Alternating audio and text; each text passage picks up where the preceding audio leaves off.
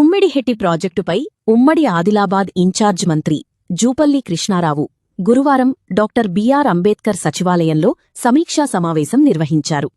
రేపు ఆయన మంత్రి వివేక్ వెంకటస్వామితో కలిసి ప్రాజెక్టు ప్రాంతంలో పర్యటించనున్న నేపథ్యంలో ఈ సమావేశం ప్రాధాన్యత సంతరించుకుంది.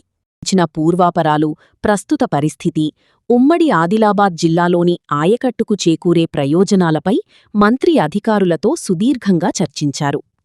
ప్రాజెక్టుకు సంబంధించిన మ్యాపులని, ఆయకట్టు, ప్రాజెక్టు సామర్థ్యం, ఎత్తు తదితర అంశాలను అధికారులు మంత్రికి వివరించారు. ఈ సందర్భంగా మంత్రి మాట్లాడుతూ, తుమ్మిడిహెట్టి ప్రాజెక్టు ద్వారా ఉమ్మడి ఆదిలాబాద్ జిల్లాలోని భూములకు సాగునీరు అందించేందుకు ఉన్న అవకాశాలను పరిశీలించాలన్నారు. ప్రాజెక్టు డిజైన్, నీటి లభ్యత, సాంకేతిక అంశాలపై ఇంజనీరింగ్ అధికారులను అడిగి తెలుసుకున్నారు. రేపటి క్షేత్రస్థాయి పర్యటనలో ప్రాజెక్టు పనుల పురోగతిని స్వయంగా పరిశీలించనున్నట్లు ఆయన వెల్లడించారు.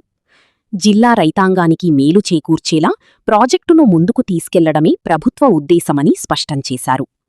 ఈ సమీక్షా సమావేశంలో ఎమ్మెల్సీ దండే విఠల్, నీటిపారుదల శాఖ జాయింట్ సెక్రటరీ శ్రీనివాస్ పాల్గొన్నారు.